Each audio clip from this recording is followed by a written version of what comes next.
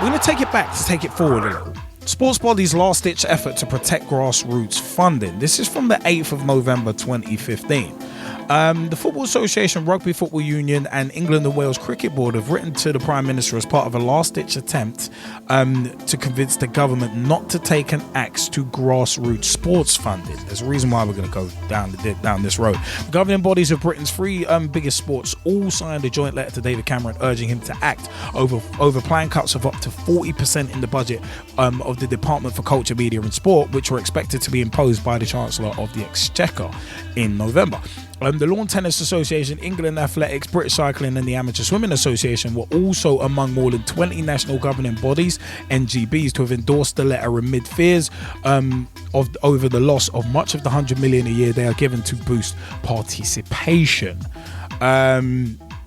Seen by the Daily Telegraph, the letter marks the start of a 2.5-week campaign that included lobbying of the government by British sports stars, past and present. Members of England's football, rugby and cricket teams could be recruited to help front the campaign, which was being orchestrated by the Sport and Recreation Alliance, the umbrella body for Britain's sports NGBs. The SRA also conducted a poll of more than 1,000 people, 75% of who agreed grassroots sport should receive more funding from the government.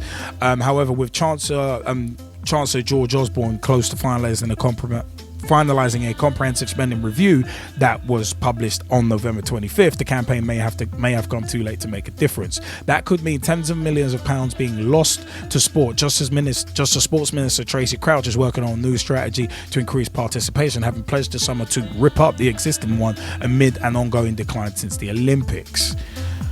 So, very interesting there. Thought we'd mention that just to preface this, because on December 10th, 2015, FA Grassroots Survey, the results came out, and it reveals pitch concerns among players. The quality and availability of pitches is the biggest factor in how often people in England play football, says the biggest grassroots survey ever conducted by the FA Football Association.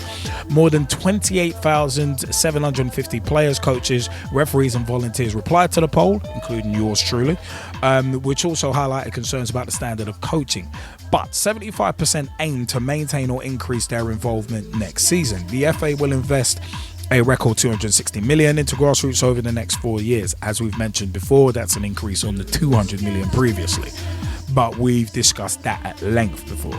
Addressing the problem of poor quality facilities is one of the areas we have earmarked significant additional investment, said FA Director for Participation and Development Kelly Simmons. She told BBC Radio 5 Live that there has been a chronic problem with poor pitches, and introducing new all-weather 3G artificial surfaces, particularly in cities, was integral into everything we want to achieve. More than half, 52% of respondents, said football is the most value for money sport to take part in, beating cycling 36% and running 32%. According to the latest Sport England survey, 1.9 million people take part in football each week, but the FA lost 1.6 million of public funding after a drop in participation figures in 2014, which of course we mentioned that on previous PT shows. But about 83% of amateur football pitches take place on council-run pitches, which the FA has previously said are in an abhorrent state.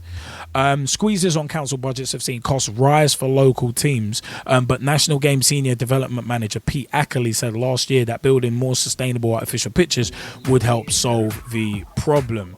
The FA wants to bring the number of all-weather 3G artificial surfaces in line with some of its European counterparts. Part of this will come under the Park Life scheme, which will see the creation of hubs in cities, a scheme which is being piloted in Sheffield. FA Chairman Greg Dyke said last year that grassroots football was in a degree of crisis. He pledged a 50% increase in the total number of full-size, publicly accessible 3G artificial grass pitches across England to more than 1,000. Ackley said... Pete Ackley said, "We are seeing a lot of players will play more if we get the environments right. We are finding that the better the pitch, people will play more, and absolutely more people will play."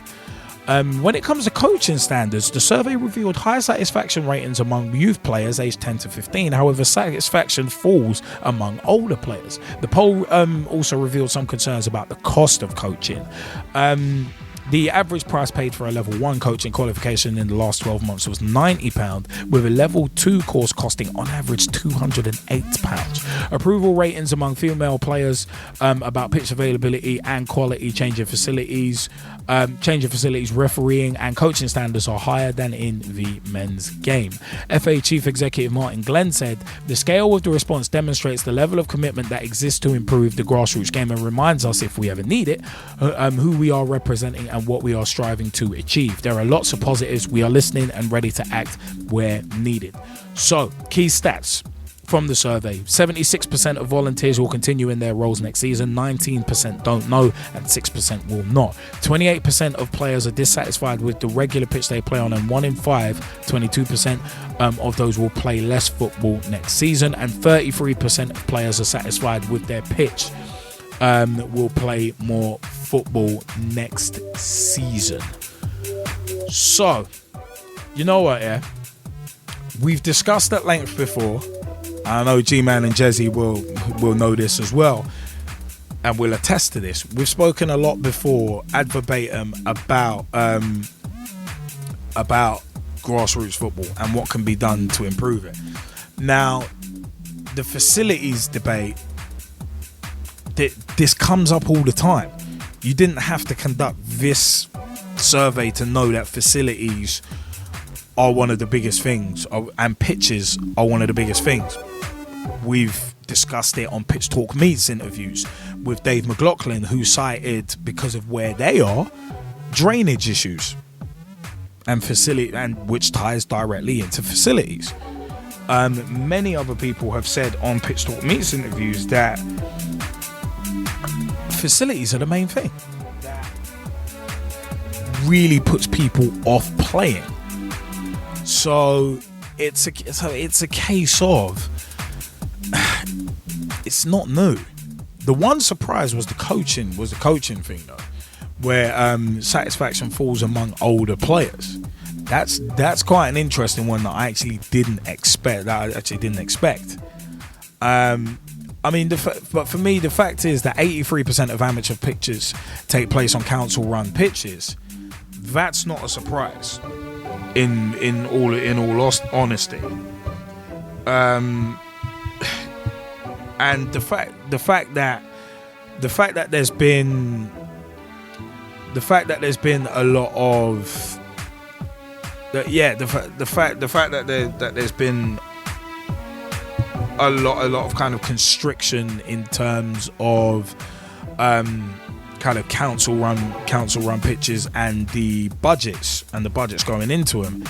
That's not a surprise anyway, because I mean recently it was one of them ones where it was a case of, we mentioned about Old Westminster Citizens resigning from the Southern Amateur League, and they lost their ground. So they had to, dwindle in numbers, and playing membership numbers dwindled without a permanent home ground. So it's one of them ones. I mean, you had Old Westminster Citizens having that problem. There were numerous other clubs. Old Salesians had a kind of a petition going I think it was back in the summer, trying to save their ground as well from being bulldozed down by a council for houses.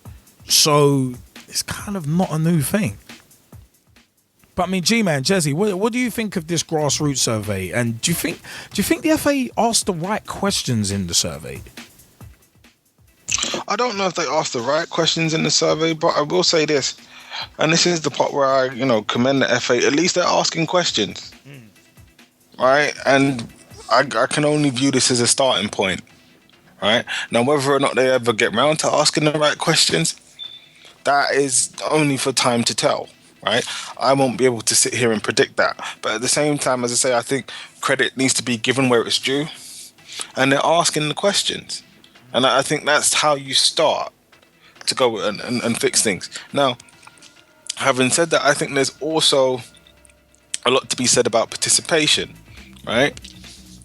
So if participation numbers are dropping off, and then this leads to a reduction of funds, and then, of course, even less funding into grassroots, we can already see where the problem is. Right? The people need to be there in terms of being visible and actively participating to force the FA to use the funds appropriately. Right? Without that, they'll just say, well, there's no demand for it, we'll take the money away. It's really not that overly complicated. You know, but overall, as I said, you have to commend the FA for taking the baby steps. So now that they've taken the baby steps and asking the questions, now it's a matter of them, you know, essentially manning up and asking the right questions and going from there. So, you know, there's no secret that facilities are a big issue in grassroots football. You know, we even asked Darrell David about that in the Pitch Talk meet. You know, in terms of how he felt grassroots football could be improved. So, you know, you guys have to keep an eye and an ear out for our New Year's Day release of the full interview with Darrell David. Pitch Talk meets Darrell David coming to you New Year's Day 2016. But going back to the point, you know, you'd have to say, well, that's got to be a big area of focus in terms of where the money goes. Right? That's got to be facilities. And then after that, you know, where it goes from there, I suppose, again, you'd have to look at what the survey questions and answers, you know, what tallies up the most, and then kind of go from there. But facilities is huge. Facilities is absolutely huge. So, you know, I think maybe that's a starting point. Or, you know, for 1 year, you could go and say, right, this is where the bulk of the investment is going. You know, almost think of it like TFL. Right? So they say TFL is non-profit, because essentially the profits that they do make, they put it back into the service. Right? So with TFL at the moment, you've noticed that you've got the longer, better air-conditioned trains now. Right? Versus the older ones that are still in operation, that get very, very hot in the summer and very cold in the winter. But anyway, point is, they're actively trying to replace those trains. Right? That's where the focus is. They've probably done a survey and they've had, you know, users of the service say, you know, the trains, they're not really it.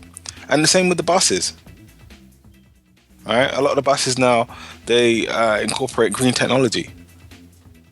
All right? And even though you will spot a few older buses, the newer ones, they're there as well. So again, if you look at that spending in terms of TFL, you're looking at facilities again. Start there, then, you know, branch out to everything else. So I'd say, you know, if you wanted to do a 4-year plan, and that was a Pitch Talk meets reference, but no, if you wanted to do you know, just a basic 3-year plan, right? Let's say the first one is facilities. The next one is making sure that equipment is affordable and accessible, right? And then I suppose the third one, you know, for me would be education, all right? So you're looking at coaching courses, so on and so forth. Well, and making those accessible, so on and so forth. So that would just be my version of a really basic skeletal 3-year plan in terms of what to spend the investment money on. But then that's it. You know, I was just about to say in terms of education. I mean, it's such an important point because it's a case of if you want people to play, it's not just if you build it they will come. It's a case of you've got to build it, you've got to promote it, and you've of course you've got to let people know it's there. And the fact of the matter is you've got to make it an accessible and basically an accommodating and inviting environment. There's a PT special feature that we're going to do in future episodes about referees, in particular, spotlighting them soon. But it's one of them ones where it's like it's got to be inviting, it's got to be accommodating. And one of the major things in terms of grassroots football over the past decade, to put it lightly, a lot of this money that's been pledged, you don't really see where it goes. And that's always been my concern, especially when it said, yeah, we're going to pledge this to grassroots projects. I've said before that it's a very, very vague term, and it is a case of I think the FA from time to time in that survey they asked a lot of questions. but some of them they could have delved deeper into. But as Gezzie Fizzle, you rightly said, this should be a starting point. And this is not one of those problems you can just throw money at and make it go away.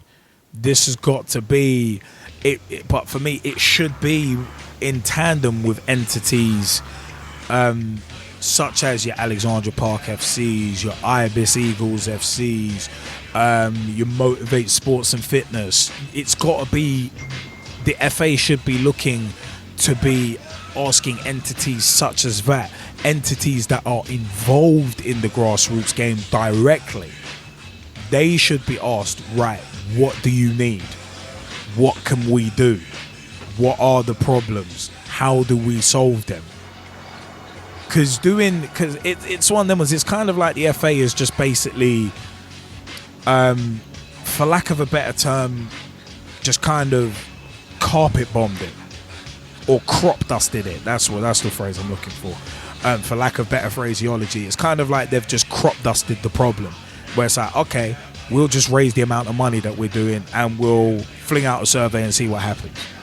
But it's a case of what is going to be interesting now is seeing the action that comes from this, and hopefully it's meaningful action, because it's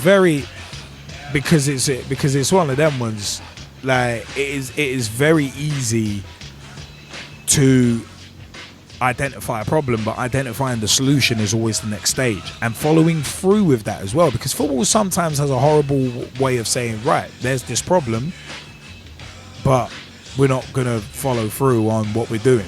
We say we're going to do this, but we're not going to follow through.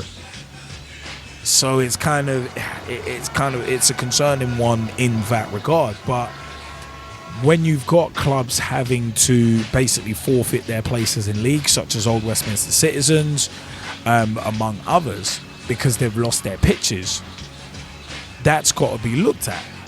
That has definitely got to be looked at. And if you want, I mean, childhood obesity, look at, I think in England we've got one of, if not the highest rate of childhood obesity in Europe. So it's a case of, if you want people getting into sports, you've got to make it accessible and you've got to make it enjoyable.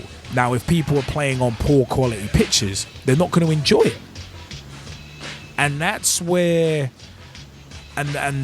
that's where this facilities argument comes into it. Because if people are playing on crappy pitches and some of us getting injured on those pitches, we're not going to enjoy playing, because most of our time is going to end up being spent injured.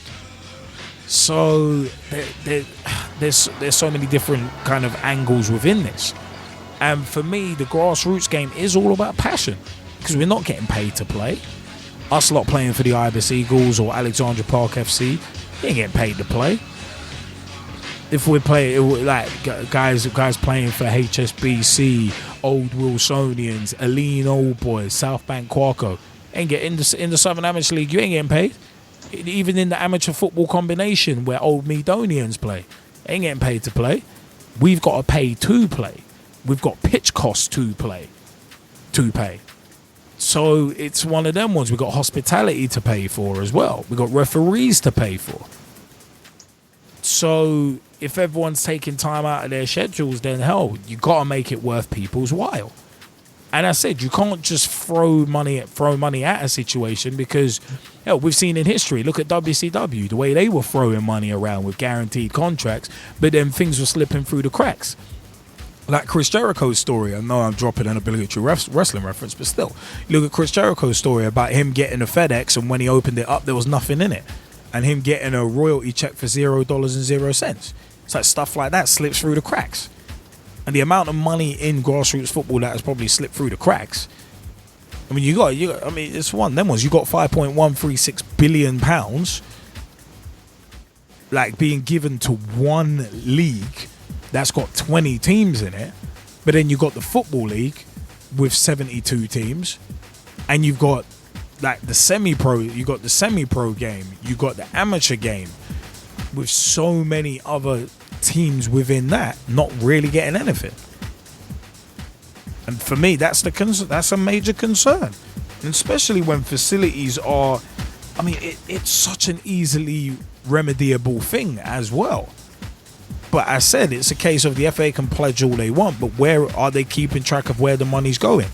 And I'm not talking one or two showpiece projects where a couple of Premier League players go and say, yeah, we're here, we're doing this. And then a month or two later, that thing's gone. I'm talking about lasting impressions. So, I mean, Gman, do you want to jump in on this as well before we move on? Yeah. So basically, I'm half and half on this. I'll start off with the fact that I agree with what Gezzie had said, and you backed up with the fact that at least questions are being asked, and to get to a solution, you've got to start somewhere, and that is the real crux of the problem. The FA, I don't know why, but for so long it seems like they haven't been active. They've just been doing a lot of talking,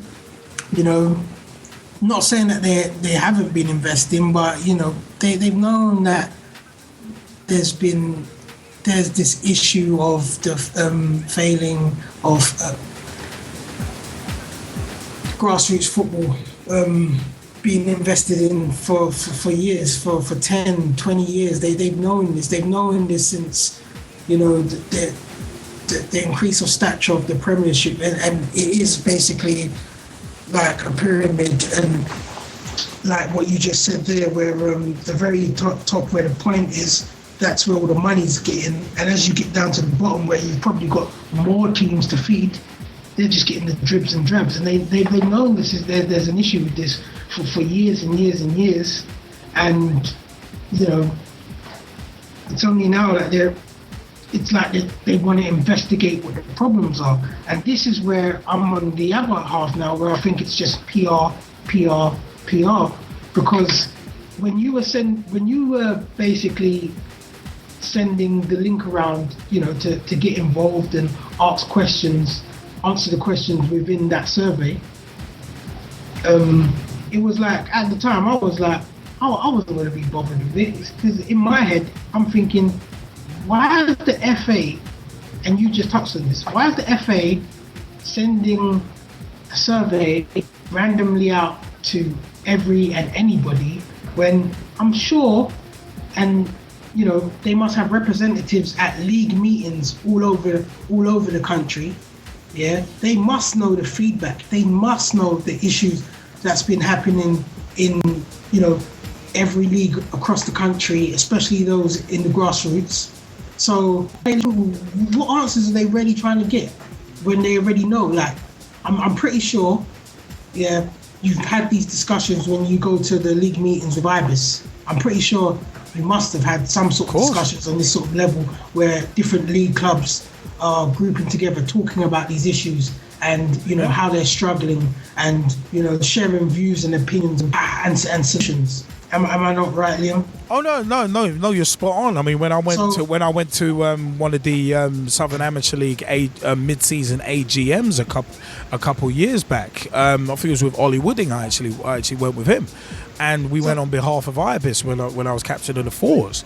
It's a case of we were discussing this, but the underlying current was, the fact is that we can discuss it all we want, but are the powers that be actually listening?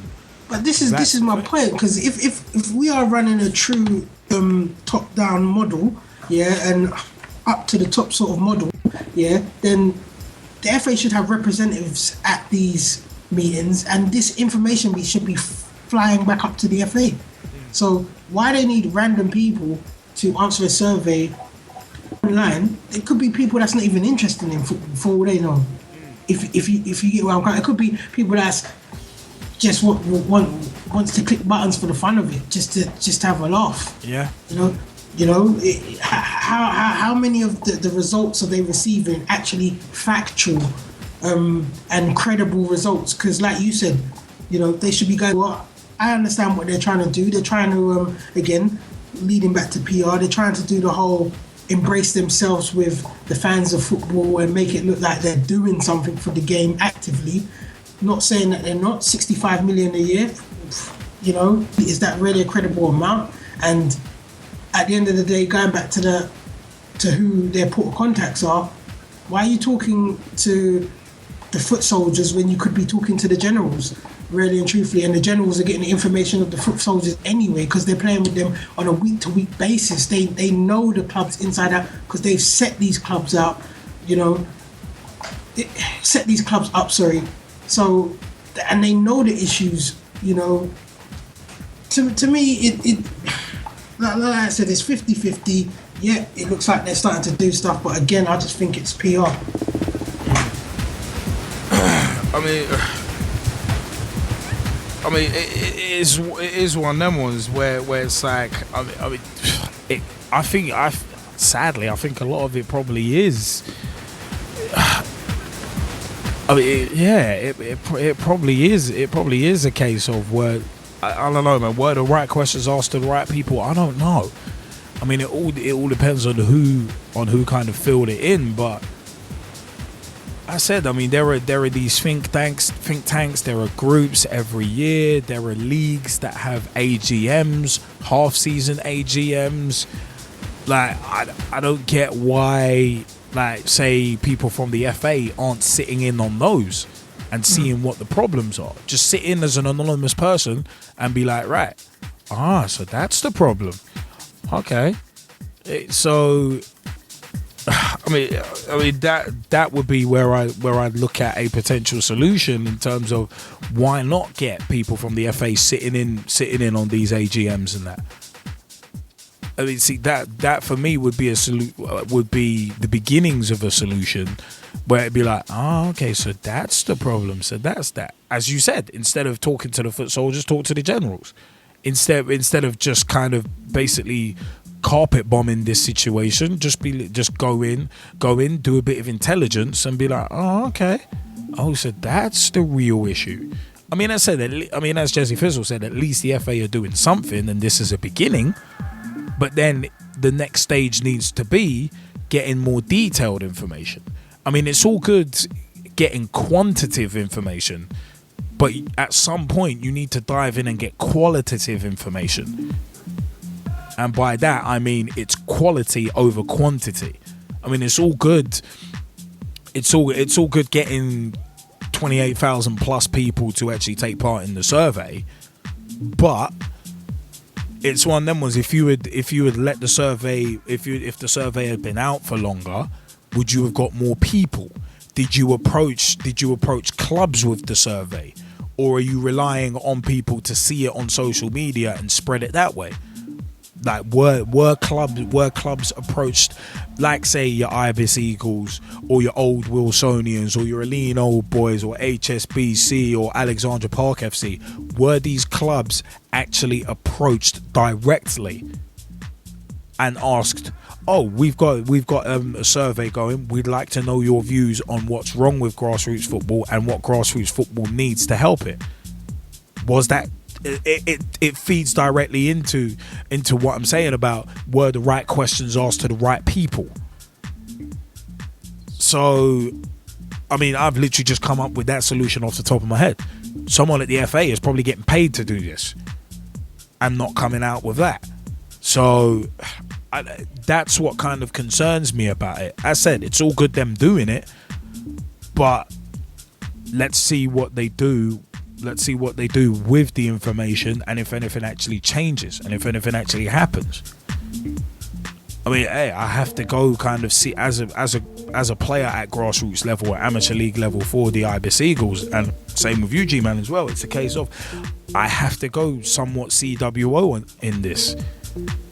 I have to go Cynic's World Order on this, just until we see some sort of tangible change.